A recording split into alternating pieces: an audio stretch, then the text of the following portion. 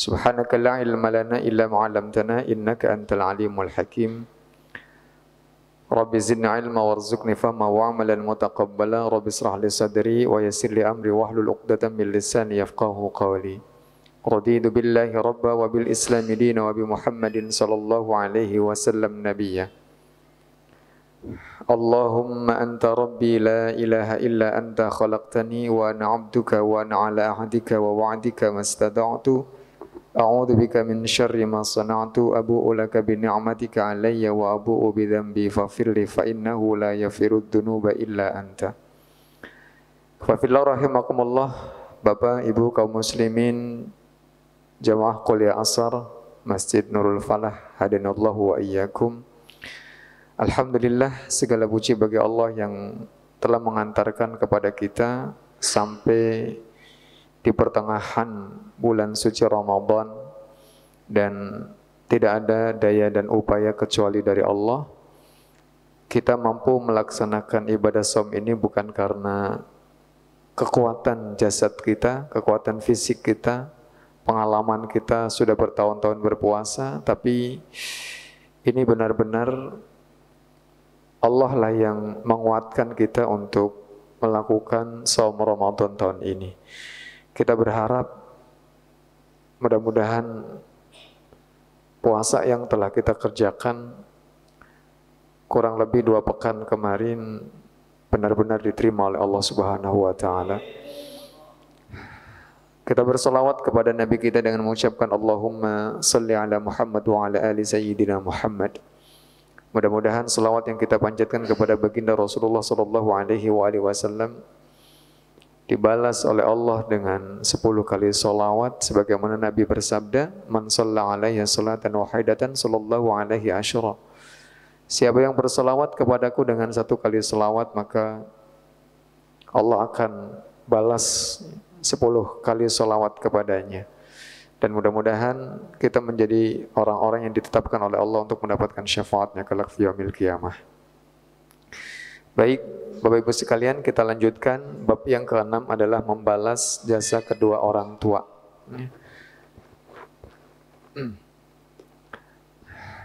Kita baca hadis-hadisnya. Dari Qabisah menyampaikan kepada kami dengan mengatakan, Sufyan menyampaikan kepada kami dari Suhail bin Abu Salih dari ayahnya dari Abu Hurairah radhiyallahu an, Nabi sallallahu alaihi wasallam bahwa beliau bersabda, la yajzi waladun walidahu illa an yajidahu mamlukan fayashtariyahu fayu'tiqahu. Seorang anak tidak akan mampu membalas jasa orang tuanya kecuali bila dia mendapati orang tuanya sebagai budak, lantas dia membelinya lalu memerdekakannya.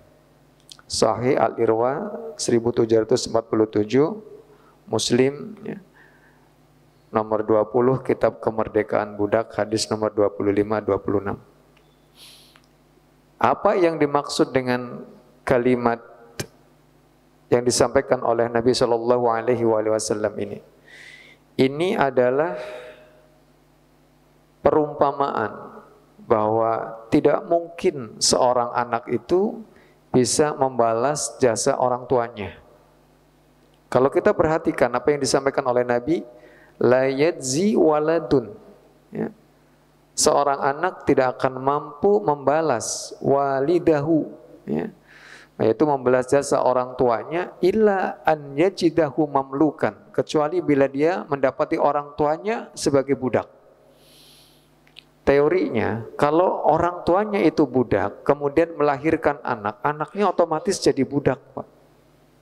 Jadi kalau ada seorang budak, itu tidak bisa membeli budak dan memerdekakan budak.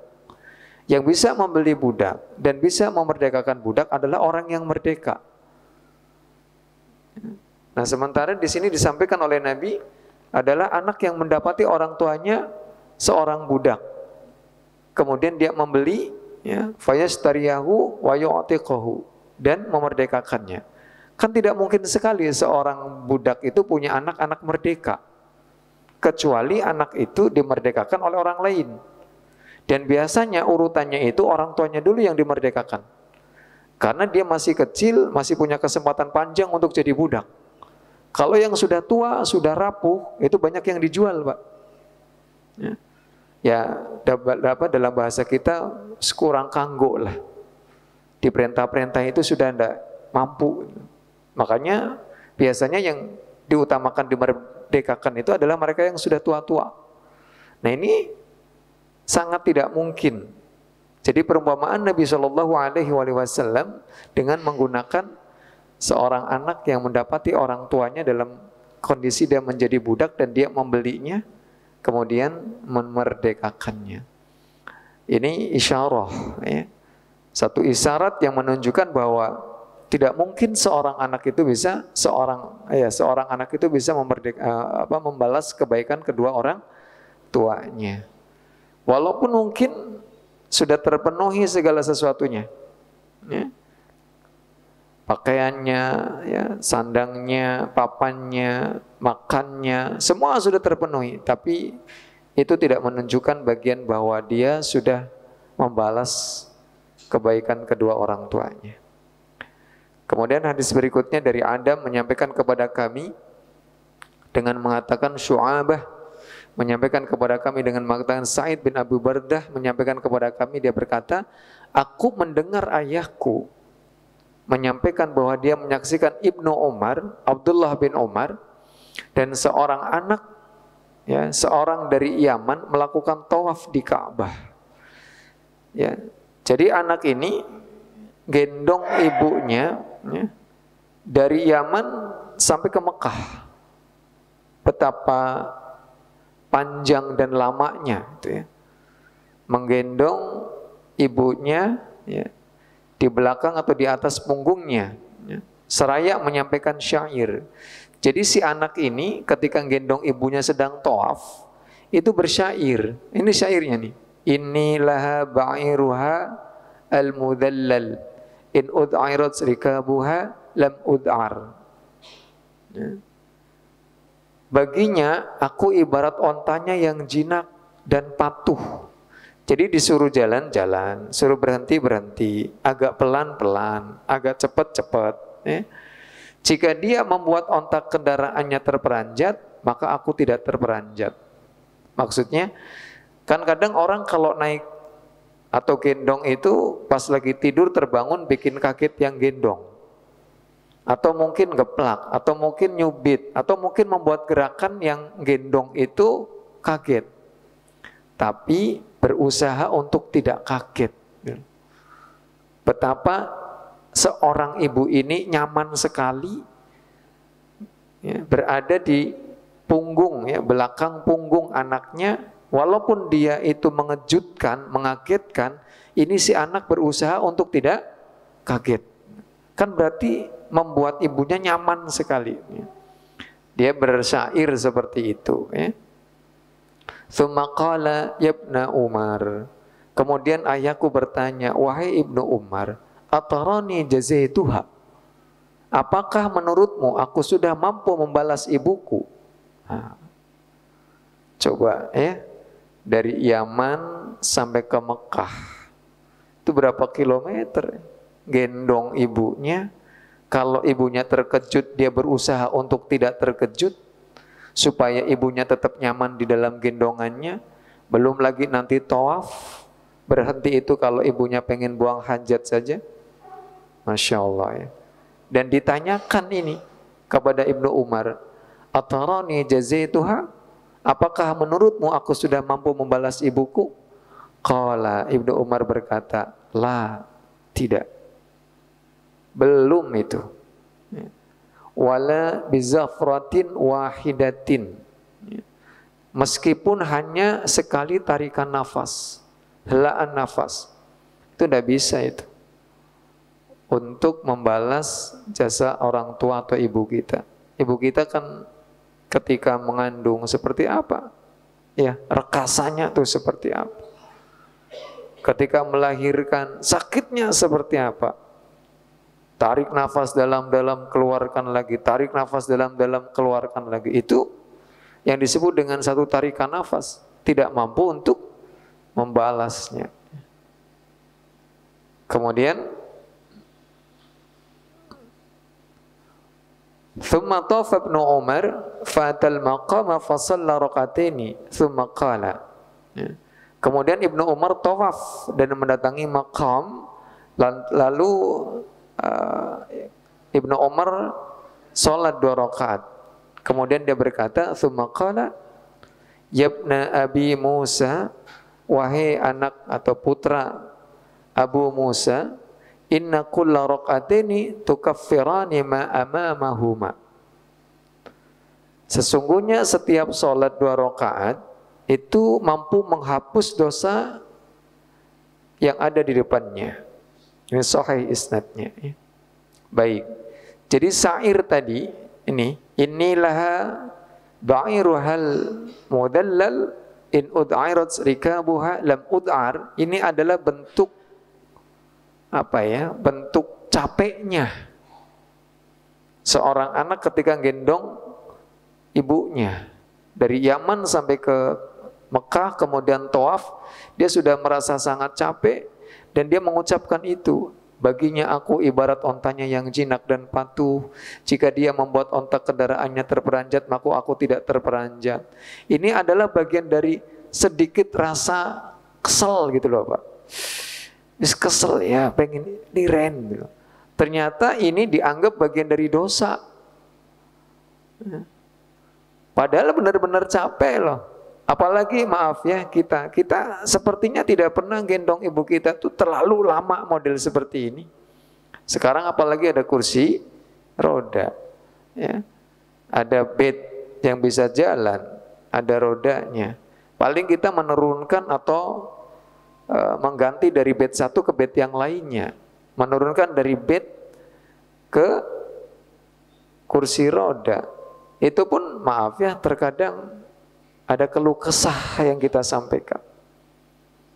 Ini keluh kesahnya dengan syair dan ternyata dianggap oleh Ibnu Umar bagian dari penyesalan yang menimbulkan dosa. Makanya Ibnu Umar mengatakan, ya, Yabna Abi Musa, wahai putra Abi Musa, inna kulla raka'ataini tukaffirani ma amamahuma. Jadi sholat 2 rakaat itu bisa menghapus dosa di depannya. Ya. Jadi kalau kita berbuat dosa, kemudian sholat 2 rakaat, maka perbuatan dosa kita di depan tadi, yang sudah kita kerjakan tadi, itu diampuni oleh Allah Subhanahu Wa Taala. Ini ada kisah ya, memang sholat itu salah satunya adalah penghapusan dosa yang interval waktunya pendek Pak. Kan ada penghapusan dosa yang modelnya per tahun. Dari puasa yang satu ke puasa yang lainnya adalah penghapusan dosa. Kemudian yang ada model per pekan ya, dari Jumat yang satu ke Jumat yang lainnya. Kemudian yang pakainya bukan per hari tapi per jam, dari sholat yang satu ke sholat yang lainnya. Ini ada kisah seorang laki-laki yang sudah pengen menikah tapi belum menikah. Kemudian waktu itu mau sholat asar kalau tidak salah. Mau sholat asar, dia berjalan, lihat seorang perempuan. Dia tertarik dengan perempuan itu dan maaf, dia peluk, dicium. Kemudian setelah itu sadar, astagfirullah. Padahal mau ke masjid. Datanglah ke masjid, berwudu, ya, sambil raut muka penyesalan luar biasa, sholat asar tuh Allahu Akbar sampai selesai. Bertemu dengan Nabi Shallallahu Alaihi Wasallam. Bertanya, ya Rasulullah, aku tadi telah begini. Nabi tersenyum. Kamu telah diampuni. Karena dia tertarik pada saat itu dan bukan karena faktor kesengajaan nunggu, gitu loh Pak. Bukan karena, oh saya naksir orang itu, nanti kalau ketemu sama orang itu akan saya perlakukan seperti ini. Enggak. Itu sesaat dia merasa tertarik kemudian melakukan hal seperti itu. Ya. Tapi ya mohon maaf, bukan untuk ditiru yang seperti itu. Ya. Oh nanti ada perempuan kemudian kita cium, yang penting sholat nanti udah selesai. Ya, enggak. Kalau kita punya rencana, kalau itu tidak ada rencana sama sekali. Makanya sholat itu bisa menghapuskan dosa. Tapi sekali lagi ini bukan untuk alasan ya. Kita berbuat dosa kemudian nanti sholat beres gitu. Enggak. Dan anak tadi bersenandung seperti itu pun tidak nyadar kalau itu adalah bagian dari kesalahan yang kecil yang ternyata menjadi bagian dari dosa. Makanya diajarkan untuk sholat 2 rakaat. Nah, ya. Inna kulla raka'ataini, sesungguhnya setiap sholat 2 rakaat tukaffirani ma amamahuma, ya, menghapus dosa yang ada di depannya. Nah, jadi kalau kita menamakan sholat tobat itu biasanya dilakukan untuk dosa-dosa yang sifatnya dosa besar. Kalau yang dosa-dosa yang mungkin kita tidak sengaja melakukannya, yang disebut dengan dosa kecil, walaupun kita tidak boleh mengabaikan dosa mau besar mau kecil, sama Pak, apa samanya? Sama-sama dapat siksa. Jangan pernah kita mengabaikan dosa kecil. Jadi hal yang paling membuat gelisah seorang mukmin itu adalah ketika dia memiliki dosa. Bukan karena dia tidak memiliki harta, bukan karena dia dijadikan oleh Allah, ditakdirkan menjadi miskin.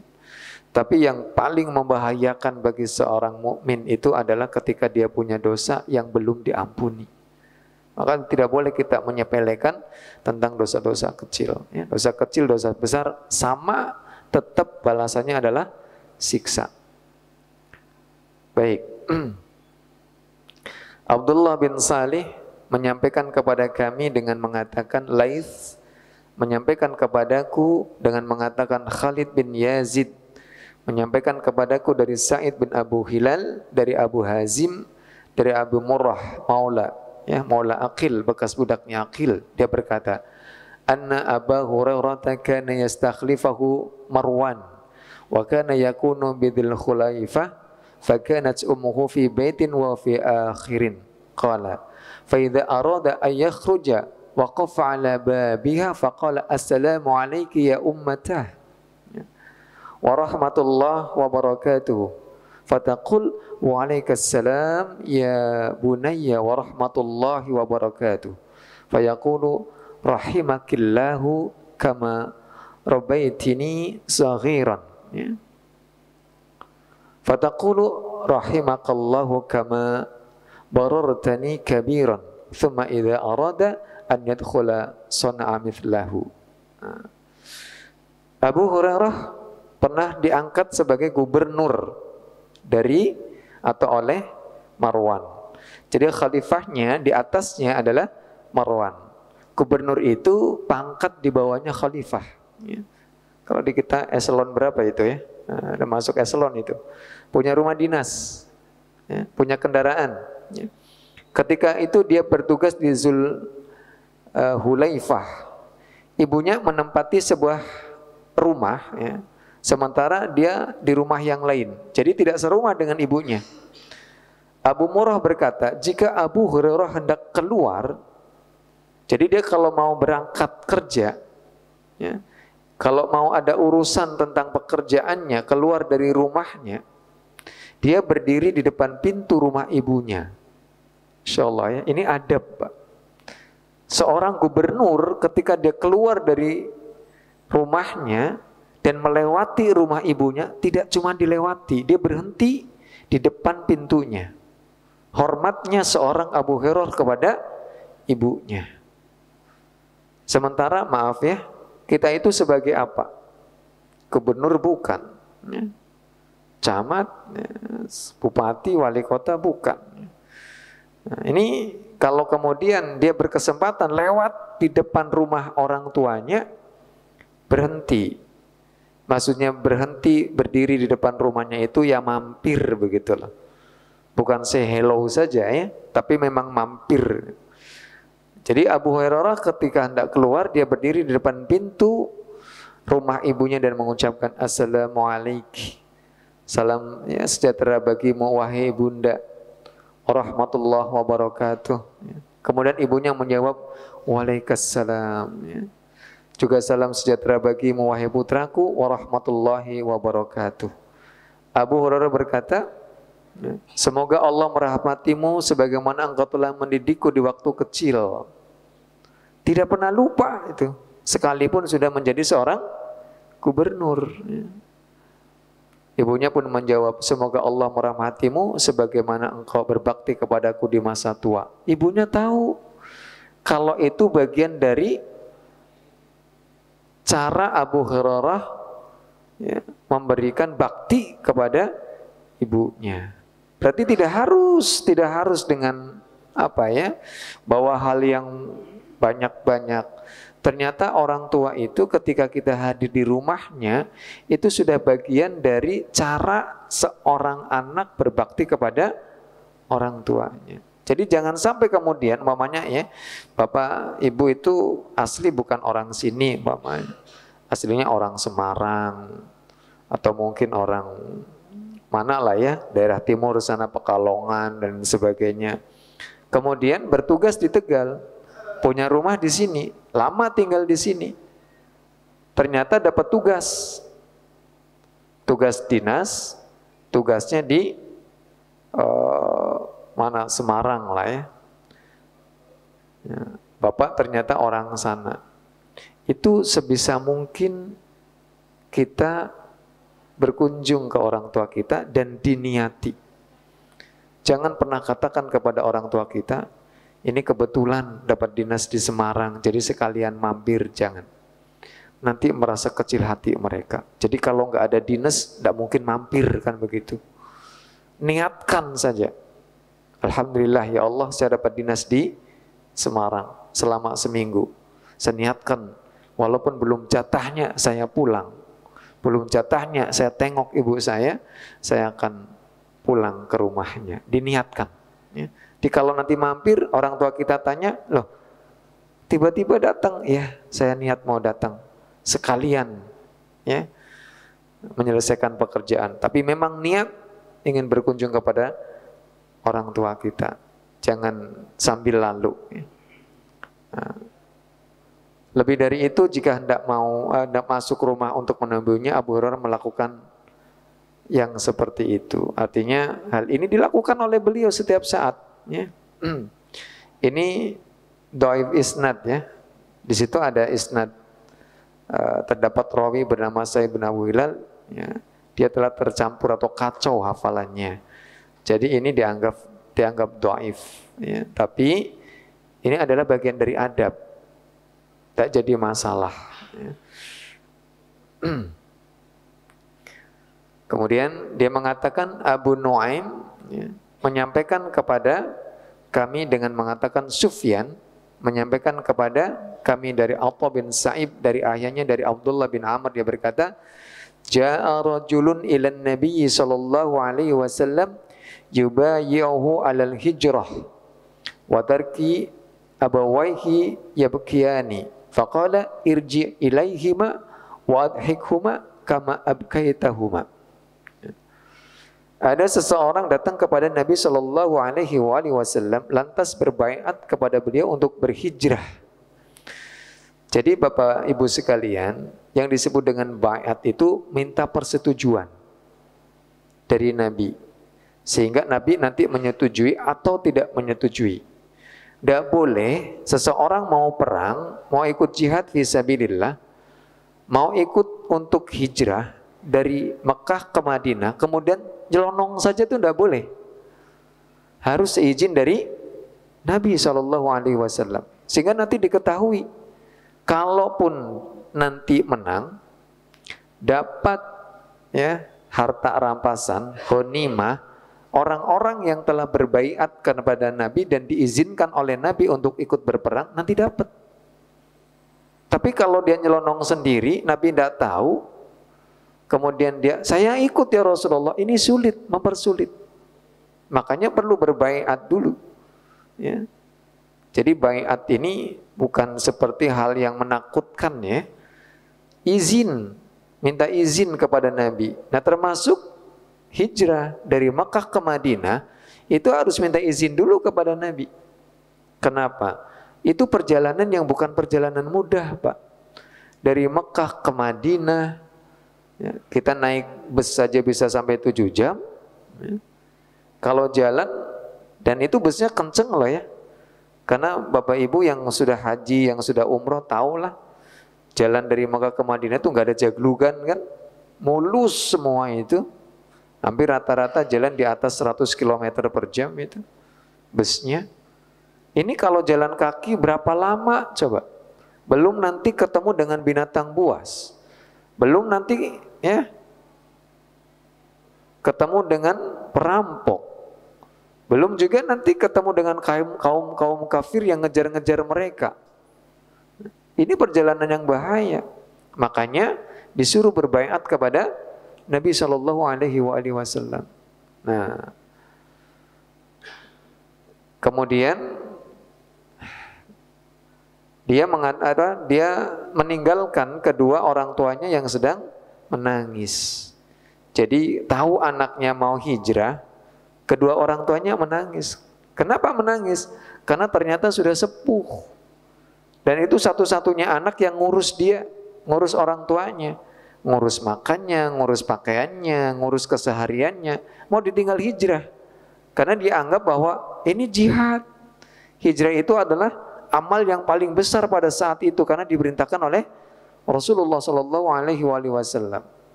Dia anggapnya lebih utama. Kemudian kata Nabi, ya, pulanglah kepada keduanya dan buatlah mereka tertawa sebagaimana engkau telah membuat mereka menangis. Jadi hijrah yang pada saat itu sangat ditekankan oleh Nabi Shallallahu Alaihi Wasallam kalah dengan berbakti kepada kedua orang tua. Nah, itu orang-orang yang imannya kuat itu hijrah semua, Pak. Dia tinggalkan rumahnya, dia tinggalkan perniagaannya, dia tinggalkan ya pertaniannya, peternakannya, semuanya ditinggalkan itu. Makanya kan nanti dalam hadis bab niat itu innamal a'malu binniyat kan menjelaskan tentang hijrah itu. Siapa yang hijrahnya karena Allah dan Rasulnya, maka dia akan mendapatkan Allah dan Rasulnya. Siapa yang hijrahnya selain dari Allah dan Rasulnya, ya, karena perempuan, karena perdagangannya, ya dia akan mendapatkan itu, tidak mendapatkan Allah dan Rasulnya. Nah ini dia sudah niat hijrahnya karena Allah dan Rasulnya, tapi ternyata punya tanggungan orang tua, bahkan sampai nangis orang tuanya itu. Ya. Karena memang tidak ada yang ngurus lagi. Dan Rasul bijaknya luar biasa. Karena tahu lebih utama untuk berbakti kepada kedua orang tua dibandingkan dengan hijrah dari Mekah ke Madinah. Padahal pada saat itu hijrah itu adalah amalan paling besar. Belum ada perang, Pak. Orang Islam masih sedikit sekali. Yang ada adalah pindah. Di sini nggak aman, Mekah nggak aman, pindah.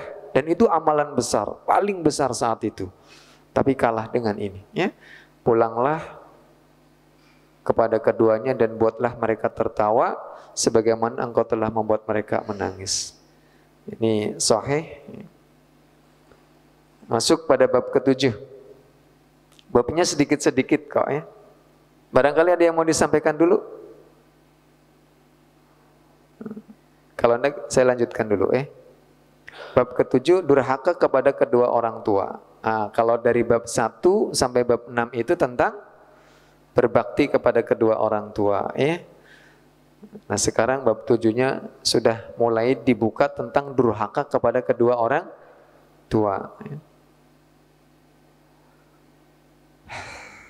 Musyaddad menyampaikan kepada kami dengan mengatakan Bishr bin Mufaddal, menyampaikan kepada kami dengan mengatakan Jurairi, menyampaikan kepada kami dari Abdurrahman bin Abu Bakrah, dari ayahnya dia mengatakan Rasulullah sallallahu alaihi wasallam bersabda, ala unabbiukum bi akbaril kabair salasan. Maukah kalian aku tunjukkan tentang dosa-dosa besar sampai 3 kali Nabi menyampaikannya. Salasan. Qalu, para sahabat menjawab, bala ya Rasulullah, tentu ya Rasulullah. Qala, Nabi menjawab al-isyraku billah.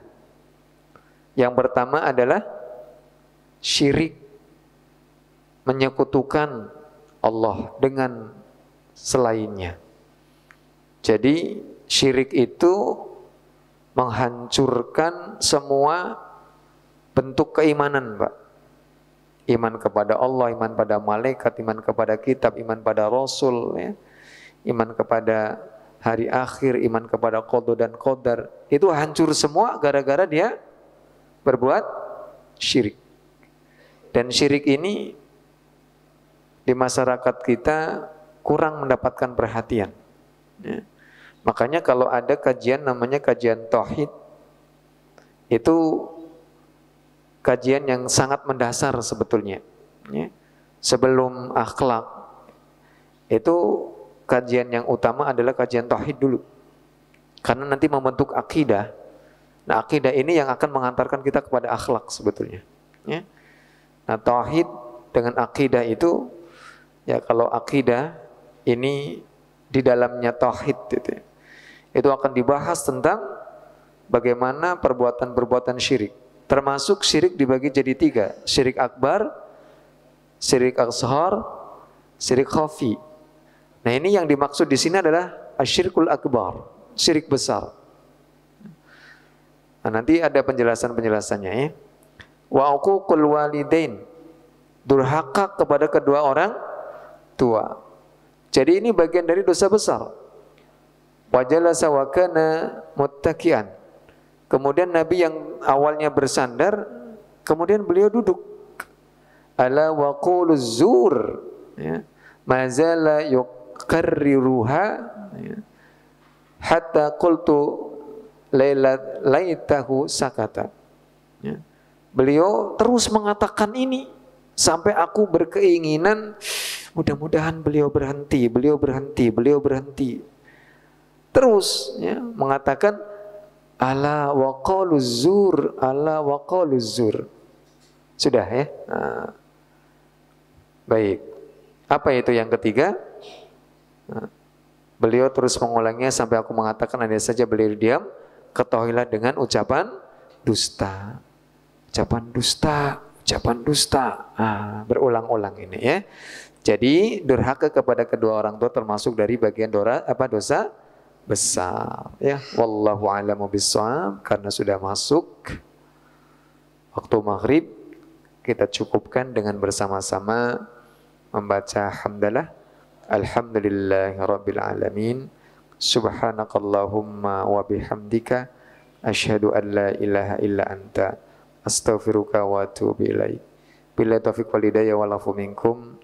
Wassalamualaikum warahmatullahi wabarakatuh.